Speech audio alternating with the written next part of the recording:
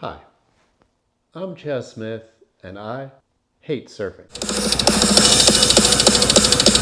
Chris Cote does not hate surfing, and to the surf fan, needs no real introduction. The San Diego negative.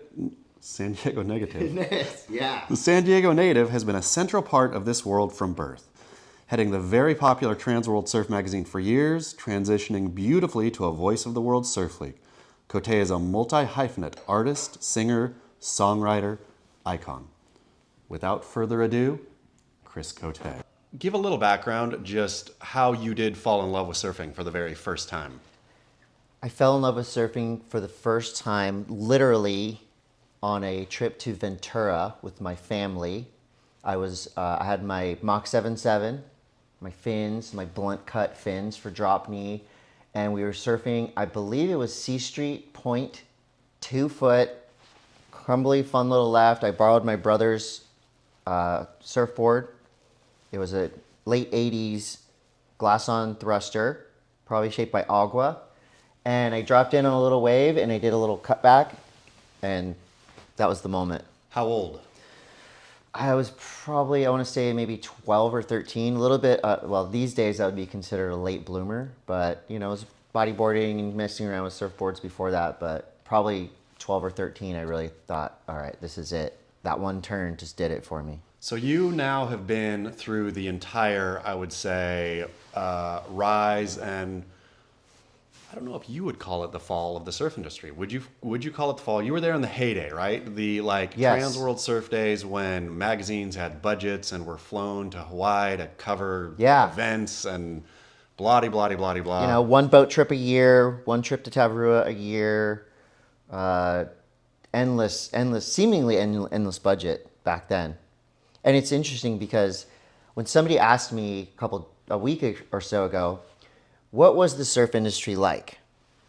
And my vision of it was you would go to the company and there would be a giant building. Go to Volcom, for example. Giant building, there's 100-something people working there. Everyone's friends. Everyone is kind of doing stuff, but also when you show up, everyone kind of stops doing their stuff, and it's like a party. And then you go and you have your meeting, and you're walking around the building, you're saying hi to the owners, you know everybody there. And then you go to the back, the magical warehouse, and there's a guy back there, and he usually has neck tattoos. And he goes, you get 12 things. And you get to go around the warehouse and you get free stuff. And it was like that for many, many years. There was a physical manifestation of the company. And the offices kind of mirrored what the vibe of the company was. Oakley had a moon base.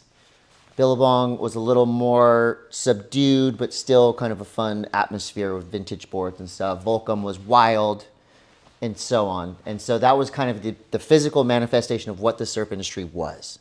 And there was liquid lunches, and when you went to your marketing meeting, get your ad dollars, you always ended up drunk in the afternoon. Do you think this iteration, that's all gone, right? That's gone. Now it's I don't know where these companies are. Blue Star Alliance. Okay, where is that building? I have no idea. New York City, I think. Yeah. So but do you see this as a net negative or no? Or do you think things change, people change? Do you see that as the golden era and this era as something different? I see that as the golden era of the quote surf industry. I think now is just the golden era of everybody surfs. I don't know where the money that is coming into surfing is necessarily going. I don't think it's going to the surfers. It might be going to the surf shops a little bit, but I think it's just kind of coming in and going out, Do you think that's a bad thing? Or, is there a good and bad? I feel like as long as surfboard shapers are making a living and we're all getting great boards, that's a good thing. So it seems like in driving to your office from my house, there was a lot of people out there surfing, and they all bought boards and they all bought wetsuits and booties and accessories. So there's money, and I hope it's going to surf shops. But do I think it's a good or a bad thing? People are enjoying themselves and they're having fun. It's a good thing. Surfing's a great thing. The surf industry is a different thing, right? Which is a perfect segue, I suppose. You are known by most of the audience now, I would imagine, as a World Surf League commentator, more than a magazine editor or whatever your These previous- days, yeah. And you also get a lot of guff. I don't know about a lot of My guff. share. But some guff. 50% guff. For being too positive. For this idea that toxic positivity, let's say. The wall of positive noise, coined the phrase, didn't you? I sure did. Yeah, and I appreciate that. But how do you answer to that? The idea that when you're calling a surf contest, or just talk me through in Right. general, like life behind the wall of positive noise. I feel that I have unbridled enthusiasm. When it comes to surfing, skateboarding, whatever, I'm watching somebody do something that's very difficult, it's dangerous at times, it takes a real high level of skill. It's the same thing as a song, right? I don't always like this type of music or that song, but I know how hard it is to write the song, to go in the studio, to record it, and put it out, all that stuff. So I feel like when people are putting passion and heart into something they're doing, I jump into that and I get excited about it. I always say, I have my cliche isms that I go through when I'm announcing, like, that's why I'm not a judge, because I get excited about everything. So even if it's, a fail in the eyes of the judges, I can find something good about what happened. And luckily, if it's a contest at Pipeline, Pe'ahi, Lowers, I can't tell John, I can't say, well, if he would have grabbed his rail and did, I can't say that because I don't know about that. But what I can do is talk about it, ask the expert, Ross Williams, Pete Mel, Strider, whoever is sitting here who knows how to ride a barrel like that or do an air like that. And I say, what happened? And so I'm the bridge between, the people on the couch who might not know all the terminology. Maybe they're just watching because they think surfing's cool and they want to learn. Maybe they're hardcore and they think I'm too positive, but I got to try to bring everybody together, Where does the idea of critique, do you think, come in here? Like, if you're watching a football game or a basketball game or something, usually they have the color guy, the straight guy, but there's some amount, and I suppose, I don't know, I know that in the NFL, for example, they get in big trouble for critiquing the officiating and whatnot. The commentators do. Yeah. Except then you'll have a guy like Troy Aikman who has played the game for so long and will just light into him, right? Tony Romo, I think, exactly. does a great job with that. Exactly. Do you think that's a missing element from the WSL booth, or do you think it's there and the kind of core surf fan is just grouchily ignoring it? I think it's there. I think there are moments when you really do hear the commentators disagree with the score. In my position as a play-by-play expert, I'm working more with the nuts and bolts, right? So I'm trying to explain everything that's happening in the heat, introduce the surfers, tell the scores, here's what they need, the real kind of nuts and bolts of the operation. The analyst would be the person that could potentially say, how the hell was that an 8? How the hell was that a 7? But lately, in the past couple of years, what I've kind of been thinking about is, okay, here's one expert. There's one expert over there. These people watching, there's an expert there. So your one opinion supersedes the opinion of 5 to 7 experts. And that's where I kind of think, well, I don't have the clout, I guess, to disagree with what 7 experts have just said. Mm-hmm. And so I feel like sometimes if those scores are debated, if the scores are on the line, I'm like, I'm going with the experts, because my passionate opinion or this person's opinion, who knows where, maybe they just like to do airs and they don't like turns or whatever it is. So nowadays I'm always kind of like, not blindly, I don't have blind faith in the judges, but more often than not, I'll say, well, there's 5 people up there that just agreed on this number. So how does my one opinion supersede that? Do you, the kind of core World Surf League audience, or right. let's just say the particularly the one that exists on Beach Grit, right? I think Yeah. there's a The vocal core. exactly the Who vocal we cord. need. Yeah, and get like, how do you deal with like the frustration, and me perpetually throwing probably unnecessary gas on that fire. Oh, we need it. But yeah, like, is that? I mean, what do you feel about that? Do you think it's overly negative coming from the core? Do you think that people aren't seeing the good enough, or are just going to be grouchy no matter what? I think they're seeing the good. They're enjoying the good. They like to see people get barreled and do big turns and airs and all that. That's why they're watching. The periphery stuff of what the hell did this announcer just say, or why was that score low? That's my guy. I want him to win. Those are the easy things to just kind of pick out. And what I love is you talk for 9 hours straight, right? And somebody comes and takes 5 seconds of what you said. It's like a big compliment, because if somebody takes that 5, you're inevitably, if you talk for 9 hours straight, you're going to say a couple stupid things along the way. And so for somebody to pick out this dumb thing you said and kind of retype it and put it in the comment boards, it's actually a compliment, because that tells us that they're listening. You know that famous Howard Stern quote, right? What was it was like 40% of the people love you, and they listen for 25 minutes. Yep. 60% of the people hate you, and they're listening for 2 hours. Yep. So that's kind of why I take it as a compliment. It's fun. How do you think about the overall health of the World Surf League? Do you think it's going well? It's like everything's on track. I mean, I always get paid on time.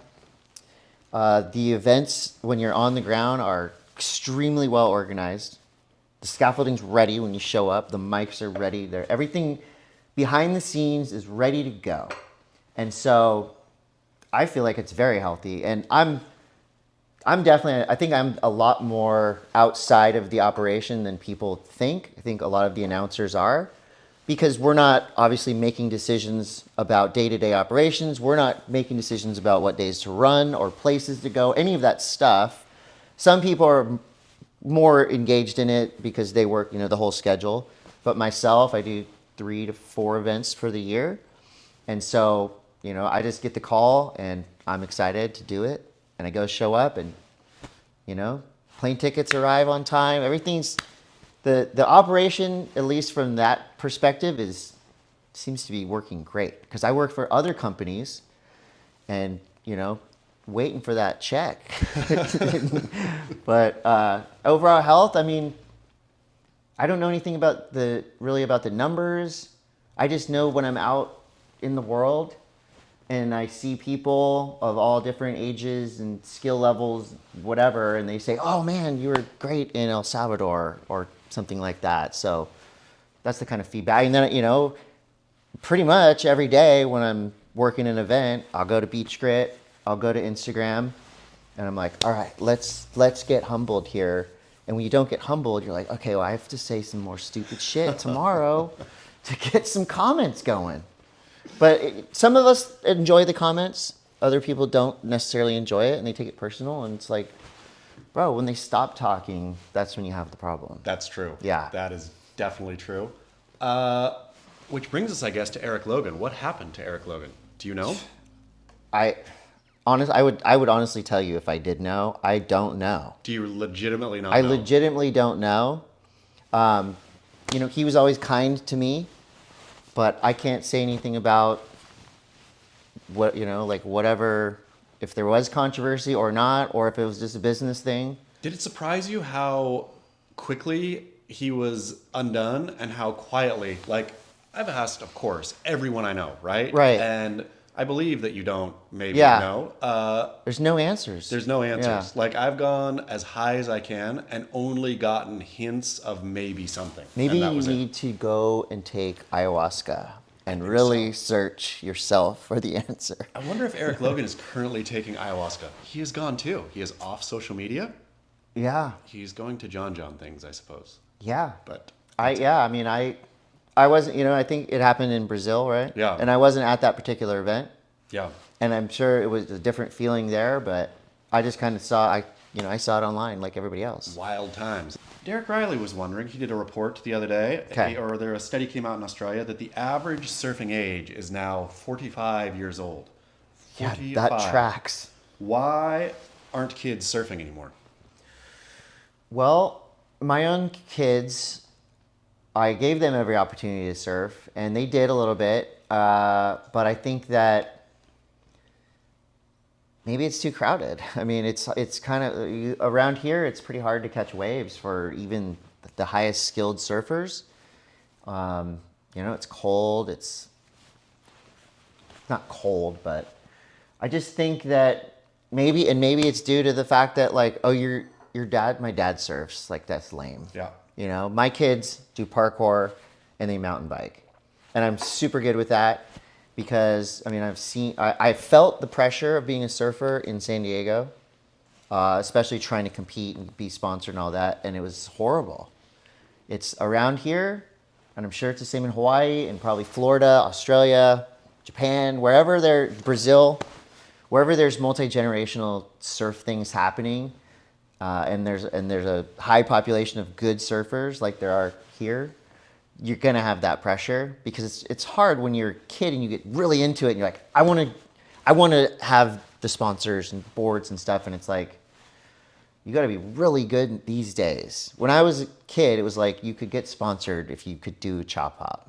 I mean, what's going to happen? Like, who was it in Newport? The guy who was all dark black and what's his name? He was like goth before goth was lived. Josh Hoyer. Josh Hoyer. Thank you so love much. Josh Hoyer. Love Josh Hoyer too, Yeah. but it feels like the Josh Hoyer era is gone. There's never going to be another, or not in our time. Like a really good surfer who's unique, who doesn't do surf contests. And just almost stays home, right? Like Yeah. Josh Hoyer surfed Newport. Josh Hoyer wasn't really going out. And, Yeah. And that was it. And that was good enough for Josh Hoyer to have a full sponsorship. Yeah. Will that Analog. happen? Yeah. Will Yeah. that happen again, that era? I think it is happening now, but it's the vlog era. Yeah. Right? You have to make your vlogs interesting. You have to be a good surfer. You have to be pretty outrageous, I think. Brett Barley's a good example, right? He's an incredible surfer, charges, so good at riding the barrel, can do huge airs, but he's not like, he's not doing shoeies in his videos. He's going and like bringing his family to the beach and then getting crazy barreled in North Carolina. So the video or the photo guy who was the magazine darling is now the vlog guy, and it's a DIY thing, and you've got to be pretty good at it and consistent with it in order to make a living from it.